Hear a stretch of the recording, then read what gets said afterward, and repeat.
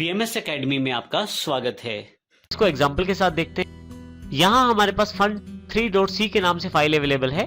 सबसे पहले मैंने इंटीजर x डिक्लेयर करवाया है जो ग्लोबल वेरिएबल है। इसी तरह से c मैंने इन दोनों को यहाँ पे प्रिंट करवाया है, c को भी जो कि एक लोकल वेरिएबल है और x को भी जो कि एक ग्लोबल वेरिएबल है। इसी तरह से void main के अंतर्गत मैंने सिर्फ x को प्रिंट करवाया है, क्योंकि अगर c को प्रिंट करवाता हूँ तो यहाँ पे एरर आ जाएगा। क्योंकि x ग्लोबल है तो यहाँ पे भी उसकी आउटपुट अवेलेबल रहेगी। अब हम फंक्शन को रन करके देखते हैं कंट्रोल F9 के साथ, और 2 नंबर एंट्री में यहाँ पे कर देता हूँ। देखिए जो टोटल है वो 25 अवेलेबल हो गया है, और साथ ही ग्लोबल x जो कि सबसे पहला प्रिंट आउट सम के अंतर्गत था 10 आउटपुट में है, और इसी तरह से ग्लोबल x इक्वल टू 10 जो वर्ड मेन के अंतर्गत दूसरी लाइन थी वो उसको भी उसने प्रिंट करवा दिया है। फिर से एंटर करता हूँ यहाँ पे मैं। अब मैं यहाँ पे लोकल c को प्रिंट करवाना चाहता हूं।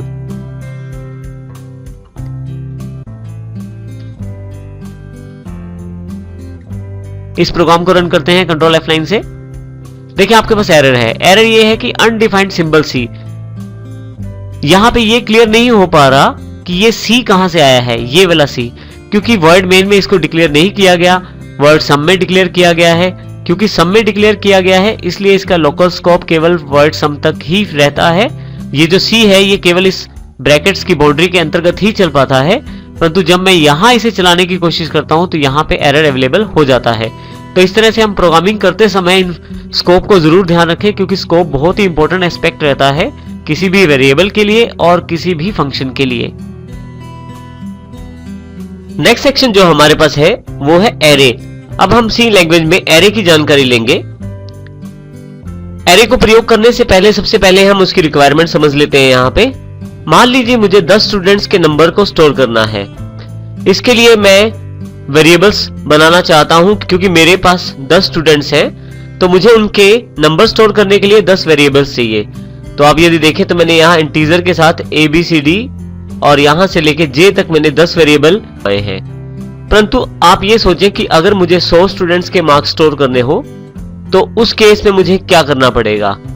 मैं कुछ इस प्रकार से इंटीजर वेरिएबल क्रिएट कर सकता हूं जिसमें A से लेकर Z तक, फिर AA, फिर AB, इस तरह के कॉम्बिनेशन बनाकर मैं 100 वेरिएबल्स बना सकता हूं। लेकिन अगर मुझे यही 1000 स्टूडेंट्स के लिए 1000 वेरिएबल बनाने पड़ेंगे तो मेरे लिए मुश्किल हो जाएगी। यदि हमें काफी सारे इकट्ठे वेरिएबल चाहिए तो हम एरे के रूप में उन्हें पा सकते हैं। एरे की जो परिभाषा है वो कुछ इस प्रकार है। एरे एक सेट है होमोजीनियस डेटा टाइप एलिमेंट्स का, अर्थात आप काफी सारे एलिमेंट्स बनाते हैं एक ही डेटा टाइप के, और इन सभी एलिमेंट्स को हम एरे कहते हैं। हर एक एलिमेंट की डेटा टाइप सेम होती है, अर्थात एरे में जितने भी एलिमेंट्स होते हैं उन सब की डेटा टाइप सेम होती है। यहाँ यदि उदाहरण के लिए नीचे की तरफ देखें तो मेरे पास यहाँ 10 वेरिएबल मैंने बनाए हैं जो मेमोरी सेल्स में दिखाए गए हैं। आप यदि यहाँ देखें 10 से लेके 100 तक मैंने यहाँ वैल्यू स्टोर की है। पहले मेमोरी सेल में 10, अर्थात पहले वेरिएबल में 10, दूसरे वेरिएबल में 20, और इस प्रकार से मैंने 100 तक 10 वेरिएबल्स में वैल्यू स्टोर की है। और यदि मैं इसको एरे के साथ जोड़ता हूं तो कुछ इस प्रकार से मैं कह सकता हूं कि मैंने यहाँ 10 एरे एलिमेंट बनाए हैं। आप यदि नीचे देखें तो यहाँ एरे 0 से लेकर एरे ऑफ 9 तक मैंने 10 एलिमेंट बनाए हैं। इसका अर्थ ये हुआ कि आप एरे में एलिमेंट बना सकते हैं। इसका अर्थ ये हुआ कि आप एरे में एलिमेंट्स को एक नंबर असाइन कर सकते, एक इंडेक्स असाइन कर सकते हैं जो उसके नंबर ऑफ वेरिएबल्स की जानकारी देता है। यदि हम यहाँ पे एग्जांपल के आधार पे देखें तो यहाँ इंटीजर एरे ऑफ 10, इसका अर्थ है कि मुझे एक एरे चाहिए जिसमें 10 एलिमेंट्स हो, अर्थात एक तरह से 10 वेरिएबल्स वाला कार्य करे, और सभी एलिमेंट्स एक ही डेटा टाइप के होंगे।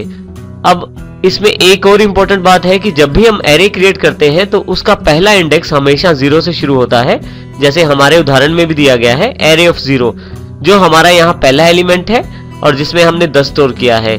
इसी तरह से एरे ऑफ 1 जो है हमारा, उसमें 20 स्टोर किया गया है, और एरे ऑफ 9 में 100। तो यदि आप देखें तो हमारे पास टोटल एलिमेंट 10 ही है, परंतु जो इंडेक्स शुरू होता है वो हमेशा 0 से शुरू होता है, और जो आप एरे एलिमेंट के लिए नंबर देते हैं उससे एक कम तक, अर्थात 10 से एक कम तक, अर्थात 9 तक चलता है। तो इस प्रकार हमारे पास टोटल एलिमेंट्स 10 ही है। तो इस प्रकार सभी 10 एलिमेंट्स मेरे पास 10 वेरिएबल्स की तरह कार्य कर सकते हैं। तो अब यदि हम इसकी परिभाषा की तरफ दोबारा देखें तो एरे एक सेट है काफी सारे एलिमेंट्स का जिनकी डेटा टाइप बिल्कुल सेम रहती है।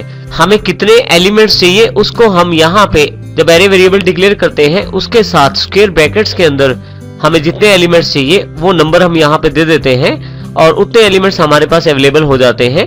एरे डिक्लेयर करने के लिए सबसे पहले हमें डेटा टाइप देनी होती है, फिर उस एरे का नाम कुछ भी हो सकता है बेसिक नेमिंग रूल्स को ध्यान रखते हुए, उसके पश्चात नंबर ऑफ एलिमेंट्स। तो यहाँ पे मैं 10 नंबर ऑफ एलिमेंट्स देता हूं तो मेरे पास एक एरे तैयार हो जाता है जिसमें 10 एलिमेंट्स रहते हैं।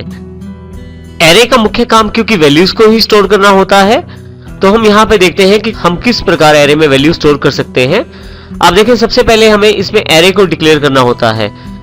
इसमें सबसे पहले देखें मैंने इंटीजर एरे ऑफ 10 अर्थात 10 एलिमेंट्स का एक एरे मैंने यहाँ क्रिएट किया है जिसकी डेटा टाइप इंटीजर है। इसका अर्थ ये हुआ कि सभी एलिमेंट्स जो 10 के 10 एलिमेंट्स हैं वो इंटीजर डेटा टाइप के ही अवेलेबल होंगे। आप चाहें तो एरे को कुछ इस प्रकार डिक्लेयर करवा सकते हैं इंटीजर एरे ऑफ 10 और यहाँ पे मैंने डायरेक्ट ही वैल्यू स्टोर कर दी है 10 के 10 एलिमेंट्स में।